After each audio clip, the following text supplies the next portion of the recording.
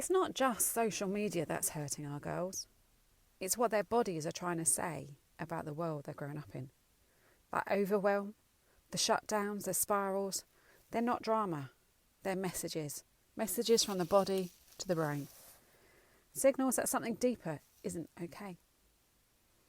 Hiya, and welcome back to the Teen Whisperer, the podcast for mums of daughters aged 9 to 25 or more or less who are doing their best to figure out this whole, teenager thing without completely losing the plot. And by the way, if you're a mum to a lad, that's okay. If you like what you hear, carry on listening. The only reason I say I specialise in girls is because of that. I specialise in girls. But if your teenage boy or your boy is struggling, then do listen in. Obviously, the bits about period and menstruation, you don't really need to listen to, but the rest of it all makes sense. So I'm Rach Friedley, and I help mums build stronger, more connected relationships with their daughters, or sons on that matter, by understanding what's really going on beneath all those, meltdowns, the shutdowns, the screaming in your face moments, and yep, those endless eye rolls and scrolling on their tech. Because that's what we're diving into today, the social media storm.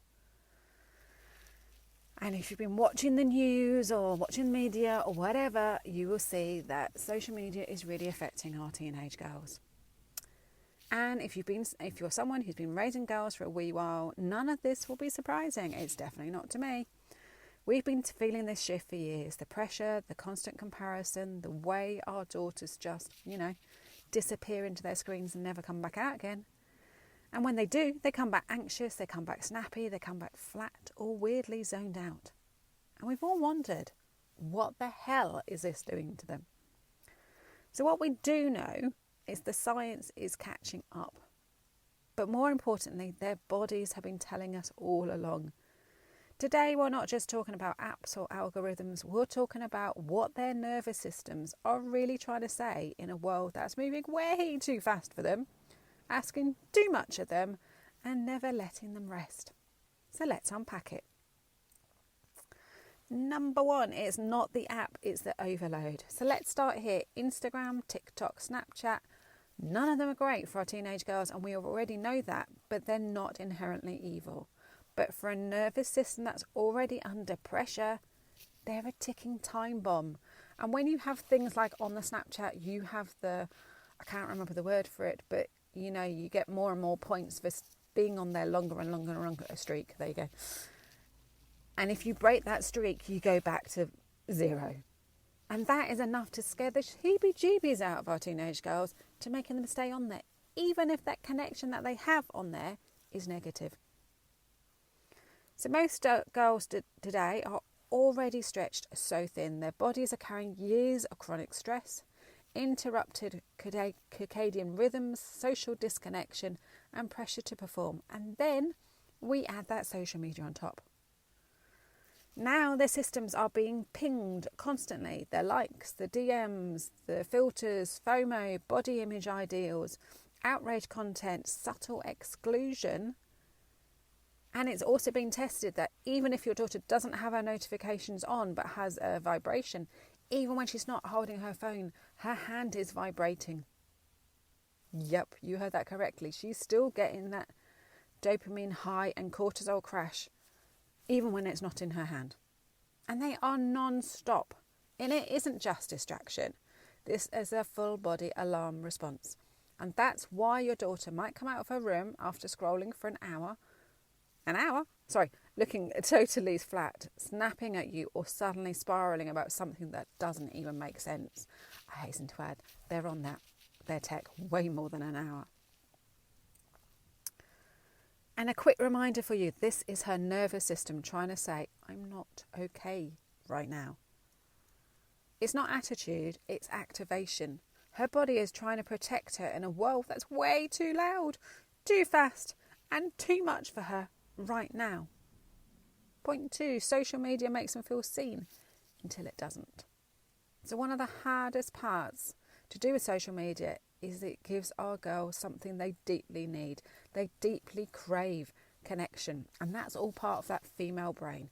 Even though A lot of people right now are saying there's no difference between the female and the male brain.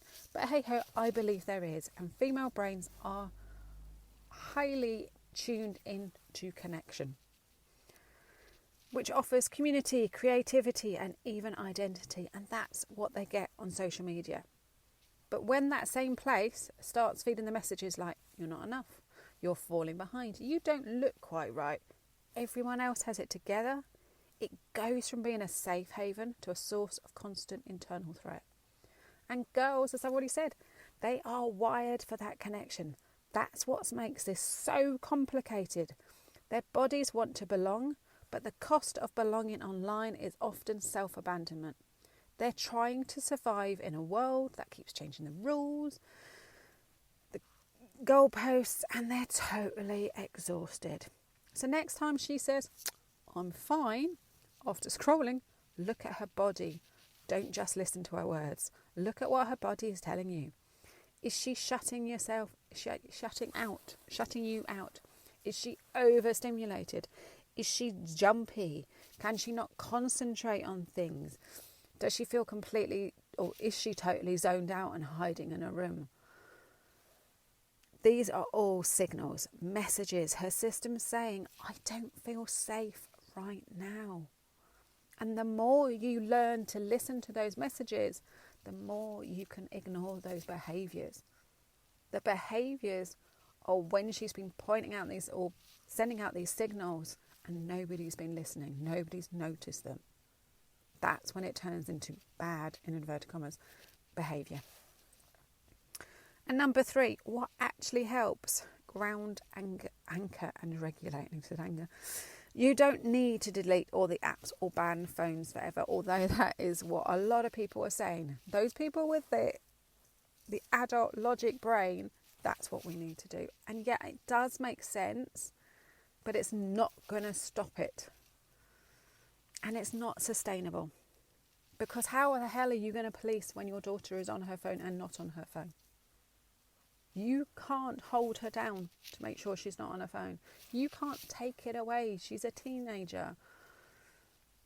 And she needs to have that bit of independence. But what you can do is re-anchor her nervous system in the real world. Bring her body back online. Show her what safety feels like again. So here are 3 tiny weeny tools that make a difference, even if she rolls her eyes at you. Number 1, belly breathing and a cold water reset. So splash her face, or get her to splash her face, even better, with cold water, or hold a cool drink. So cool drinks are really, really good for resetting that nervous system. And then guide her to breathe slowly into her belly. These 2 powerful, simple tools interrupts the stress hormone and the response and tells her brain you're safe. Barefoot time outside, even 5 minutes with her feet bare on the ground, phone off, sky overhead, resets that cortisol, lowers her blood pressure and helps her system reorient. It also helps to regulate that heart rate variability, which is a powerful tool to help her to go from to ah. And then you've got number 3, creative, non-performative play. So doing something which doesn't mean she has to be competitive, just means she can enjoy it for the fun of it. Journaling, doodling, music, artwork, movement, something that's not for a grade or a like. This helps regulate her emotion and reconnects her with herself, not just her image. And one more thing, you don't have to fix it, just saying. I know this world is a lot. I'm here. You don't have to do it all alone. Might be the most regulating thing she hears all day. And it's also really good for you to say to yourself, mums. So here's the truth, mum. Social media isn't the villain, but it's activating something deep in our girls that we can't ignore anymore. The fear, the freeze, the anxiety, they're all signals. Her body is trying to say, this world isn't working for me right now. And that's okay. Remember, her prefrontal cortex isn't fully online. So when she gets stressed, it goes offline instantly. So she doesn't have that emotional regulation. She doesn't have the organisation. She doesn't have the risk assessment. All she can do is spiral because that prefrontal cortex is not online. And then, of course, on top of that, she's got that amygdala, which is going off 24/7. It's her body's alarm system to say something is wrong. And that is what's going off. That's what's feeding that fear. That is what's setting off all those behaviours. And your job is not to take everything away. It's to help her feel safe within herself, even when the world outside is way too loud. After all, we cannot change the situation. All we can change is what is going on within us. So your gentle challenge this week, sit with her after she scrolls, if you can. Not always that easy. Don't judge her. Just be with her in that moment. Come off your phone at the same time as she's off her phone. Have some downtime. Literally have, 15, 30 minutes where you just sit together without your phones and just regulate. As I said before, sitting on the sofa next side by side takes away that eye contact issue, and it also means that you can just chill and relax. Your heart rate will regulate her heart rate. We're taking her down from ah to ah. And if she lets you, give her a hug.